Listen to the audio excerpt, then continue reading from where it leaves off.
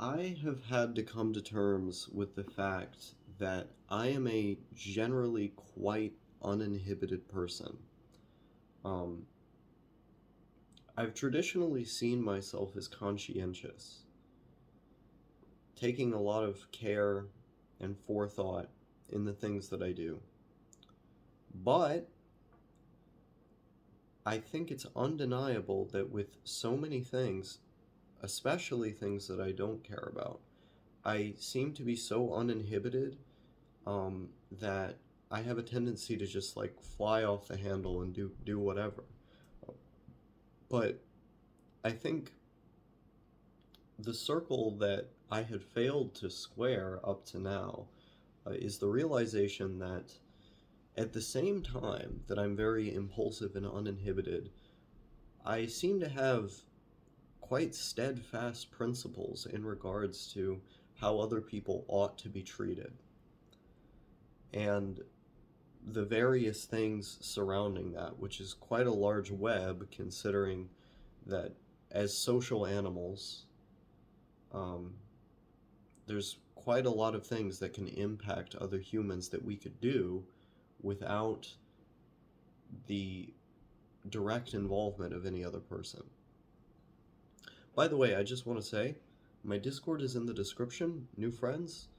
Um, I've been like, despite the fact that I've been hanging out with No Thank You and Dotemite, I've been really lonely, um, and I'm still looking for a girlfriend or a boyfriend. So, uh, let's see how that goes. Anyhow, um, I have issues with impulsivity, with things that don't involve other people. Um, like, I think this is why, unless there's a person that I have to care about, I become like exceedingly unreliable. And also, I need people to tell me that the fact that they care about me has certain implications. Like, for most of my life, I had this fairly lawless ideology where I thought it was other people's fault for caring about me and that I had no responsibility whatsoever in the various ways in which I would bring harm indirectly to other people for my irresponsible decisions, for the way that I would hurt myself. I thought it's their fault for caring about me, and um, there's no actual moral component to self harm. But there is, because while legally speaking, you're not harming anyone else, you're not harming anyone's property or person, you are nonetheless causing emotional harm by doing things that hurt yourself. And it's like, yeah, there shouldn't be legal ramifications for that. But that doesn't mean there aren't moral implications to that. And something that's really helped me a lot is having friends who will just tell me, like, hey, what you're doing to yourself is impacting us. And you need to get your head on straight. You need to get your life together. When I've just been told straight on that that's how my friends feel, for the longest time, like, I just pushed it aside. I was like, "Oh, you're in bed with the wrong guy. You're friends with the wrong person." That's the kind of stuff I would say back then, but that's not how it works, you know? Like, for one, people don't really choose who they like and want to be friends with. It just sort of spontaneously happens. And two, like, if they've committed that much of their time to you, like to consistently talk to you, it's because they value you on some level as a human being. Like, your existence is valuable to them. And so, of course, it causes some measure of harm to them if you're to do something that brings you harm. Like, on an empathic level, it's bringing harm to them. And then, it I think the natural response from you then should be able to be like, okay, well, now it's harming me also. Because I can see what I'm doing, and um, I can, I can see that it's problematic, these patterns of behavior. I'm drinking a Strong Bow Ultra, by the way. Vegan cider. Anyway, um, this was such a difficult concept for me to grasp for so long. Like, up until, like, literally this year, it felt like impossible for me to grasp this. I always had some vague moral opposition to it that wasn't, like, very well developed, that, in retrospect came off more as justifications for my self-destructive tendencies. And that was coupled with the sincere belief that I was being lied to by the people who cared about me. I thought that it was impossible for a world to exist where people care about you that much that they would want you to stop doing bad stuff to yourself because it made them feel bad. I couldn't wrap my head around that. I couldn't comprehend that that's a way a person can feel. But it is. It's a way a lot of people feel. It's a way a lot of people feel about me.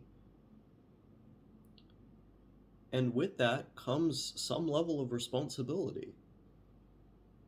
I've always said this, that friendship is a two-way street.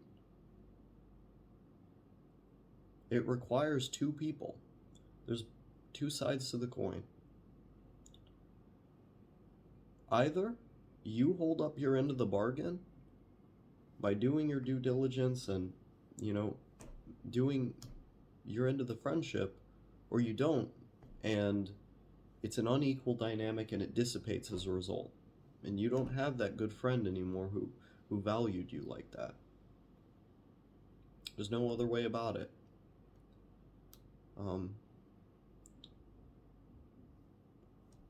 That's just the case.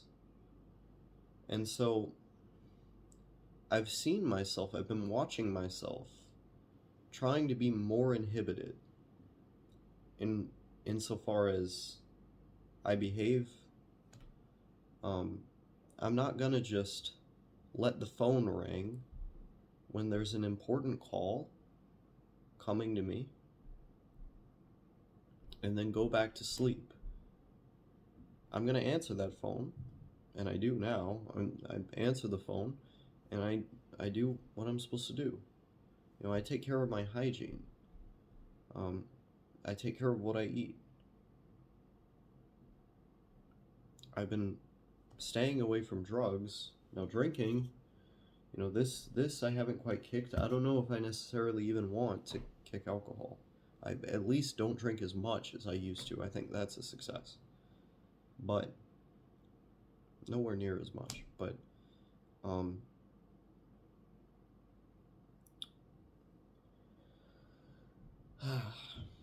like, yeah, I guess that's where a lot of the impulsivity comes from, is just like fundamentally not valuing myself. And I suppose I've derived strength from the people who care about me and do value me. And by realizing that they do, I've derived some kind of strength from it where I've actually in turn valued myself a little bit more. And I've started acting like it, making better decisions based on that. It's slow. I mean, it's a slow process, but I'm seeing it. I'm seeing it in real time. Um, and I guess like that those ultimatums that have been made to me, that kind of like genuine concern for me, it's helped a lot. Um, I used to,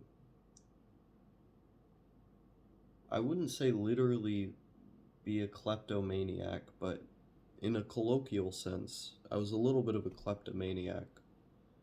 I would just go into stores and steal stuff because I'm a very experientially focused person. When I got sick recently, I had just about the worst flu I ever had. I had um, RSV and the flu, and I was like knocked off my ass by it, just in bed, like feeling terrible all day. And I felt like I was on a drug. It was a change of consciousness that was happening in how I perceive and feel, and I liked it. I've always liked getting sick for that exact reason. Um, and so I seem to chase even negative experiences because it's just a different experience. I think this is why I spend so much of my time outside. When I was a kid, I was forced to stay inside all the time, and I didn't have much variety in how I perceived the world, how my perception might change, my consciousness, and so on.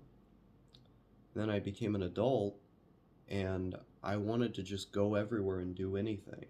A very, very experiential, orientation. I'm orienting my life around experience to experience to experience, just always trying to get that kind of rush. Because, I had like the really boring rural childhood inside the house. And now, I'm in London. And I've been to Germany and Poland and just about every place in the US. And I got kicked out of Canada. Um, and I'm not gonna stop. I'm gonna keep going, you know? Fuck, I'm going to Wales just tomorrow. Um, like,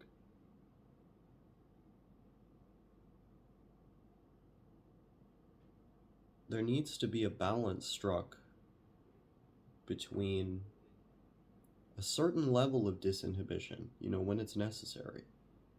Like, not being afraid to do and try new things within reason. But also, like, having proper regard for myself and those around me. I had the those around me part down pat pretty much just up until it got to when people feel, bad for me. And now I'm just now getting that fixed.